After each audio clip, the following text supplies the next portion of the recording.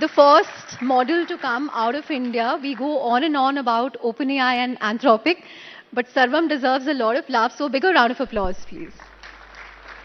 And Pratyush, I think what also makes Sarvam very distinct is that this was completely trained on Indian data, right? If you can take us through that, why it gets languages, why it gets dialects and subtexts right.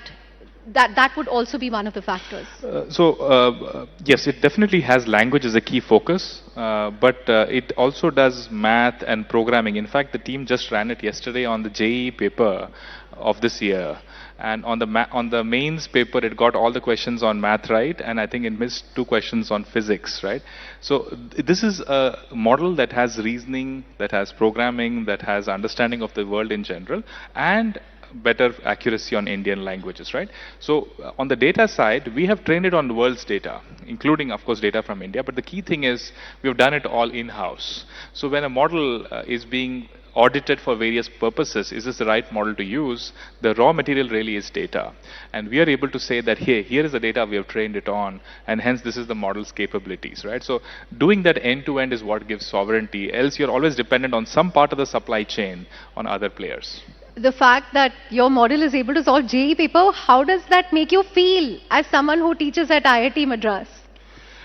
Yeah, no, look, I think for all of us, these models can do most of the things we are doing. Okay, just that is the reality of what it is. But more than what is interesting, actually, the model, we also asked it to teach somebody a few of these questions. And it's going to come out in a blog soon. And actually, it does a good job. It actually takes the question, helps somebody understand what are the reasons behind it. So humans and AI working well together is going to be one interesting area where I think I think India will do well because we are generally so positive as a country about technology. I think we'll find our ways around how to do this meaningfully. Right. You've also managed to build Sarvam at a fraction of the cost that, what Silicon Valley companies are doing. OpenAI yesterday, I think, raised $100 billion. Anthropic raised $30 billion 2 weeks ago. And Sarvam's last fundraise, I think, was in 2023, 41 million. How is it to compete with these large labs with never-ending pockets of money? No, I think different companies are in different phases of their journey. I think comparing it is not that straightforward. I think the bottom line is that AI leads to improved productivity no matter what you're doing, including building AI. And that is the interesting part, right? It's almost like a reactive system that can improve itself, right? And I think at least for us, the journey is very clear. You can train models very accurately with a lesser amount of resources. But from there, we want to step up. We want to be building larger models that are globally competitive on all fronts, right? And that will require more compute. But the bottom line is it's really crossing the hump of saying that we are in the race, right? As opposed to saying we'll always be users of stuff that frontier companies across other countries would do. Yeah, I think in your opening slide put it very well. Can be, must be, should be to we can. So I think that's the overriding message. But Pratyush, we are also in somewhat interesting and scary times. If you look at what's playing out in the US, the government is at war with Anthropic over, how, and Anthropic doesn't want their model to be used for surveillance and other purposes. What does this mean for India? Does it sort of all the more make the case for sovereign AI? If they can have such differences with the government there, if they can go at war with them, what will it mean for us? I mean, we are using all these models right, left, and center. It's clearly something very geopolitical, the way these labs can be used. I mean, I think you know it better than me that this is a bit of a theater, right? Different things get done for different reasons. But independent of that, I think that these models are so important that they are geopolitical. In fact, the summit that just concluded in its fourth instance, attracted 100 plus countries. Which other technical domain attracts heads of state, right? It's clearly something that is geopolitically relevant. And we are in a post-AI world. It's not like we are going back. So it's really now onwards and upwards in terms of what these models can do. And the fact that most of what we do as individuals, as companies, as countries will first touch these models. They become resources of very high significance, almost national interest, right? And just like in nuclear and in space technologies, we need healthy partnership between private and public, but there is deep national interest. And I think we should think very deeply about how India can have sovereignty across the layers. While we are great users of the tech, we should continue to use them and innovate on top of them. There should be a very, very active thread and increased focus on having a sovereign alternative, which we would need at various places. Right.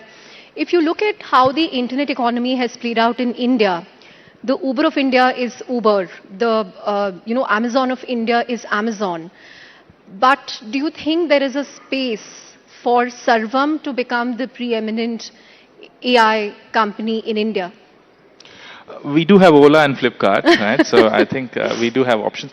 No, I think, look, I think I believe that this is the decade to change that more meaningfully. The belief in the country that we are builders is there. Developer strength is there. I feel there are a few other things that we typically miss.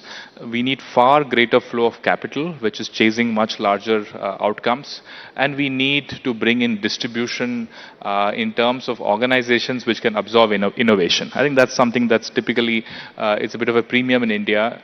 I think we'll do more of that. I'm convinced. At least at Sarvam, our mission is to be a conduit for getting the talent which is waiting to come back to India to say that, hey, let's go back to India and do it, right? So I'm confident this will happen. There are a few things that need to be in line. But again, platform shifts are great opportunities to disrupt it. Whether it is hardware, whether it is the operating system, whether it is the cloud, whether it is AI, it's all for grabs in the next decade. And we should be playing a very, very strong, with a straight bat and saying we want it all, in alternatives, at least in India. Right. The MeitY Additional Secretary Abhishek Singh is here, and I must mention that the government has played an outsized role in ensuring that India has foundational models. We haven't seen a matching level of commitment from the venture capitalists here.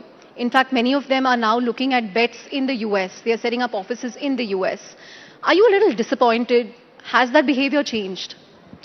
No, firstly, let's count our blessings, right? I think the government, it's not, by the way, it's not usual. Having seen how the government is working, the challenges, the complications are significant, right? In that, making strong bets and seeing those bets come off, I think is a moment to celebrate, right? I think that taking decisions and risks in the government is so hard, right?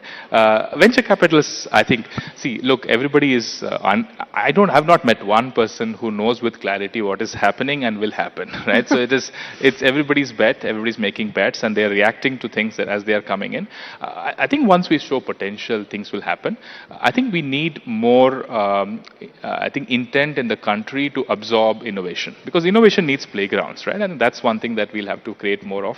But I'm sure it's going to happen in the years to come. Right.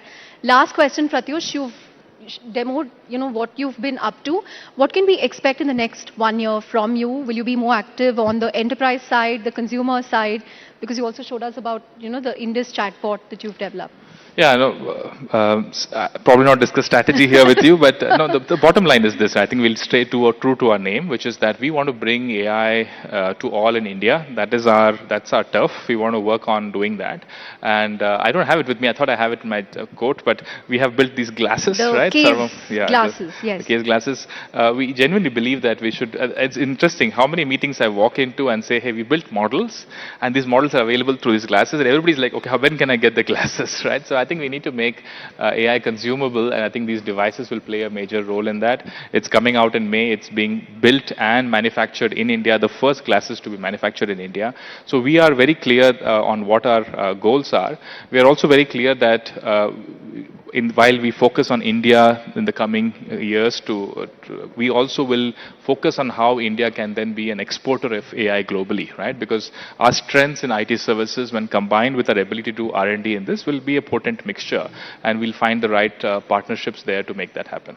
Great. On that note, thank you very much, and may you find the strength within. Congratulations. Absolutely. And a huge round of applause for Pratyush. Thank you. Thank you.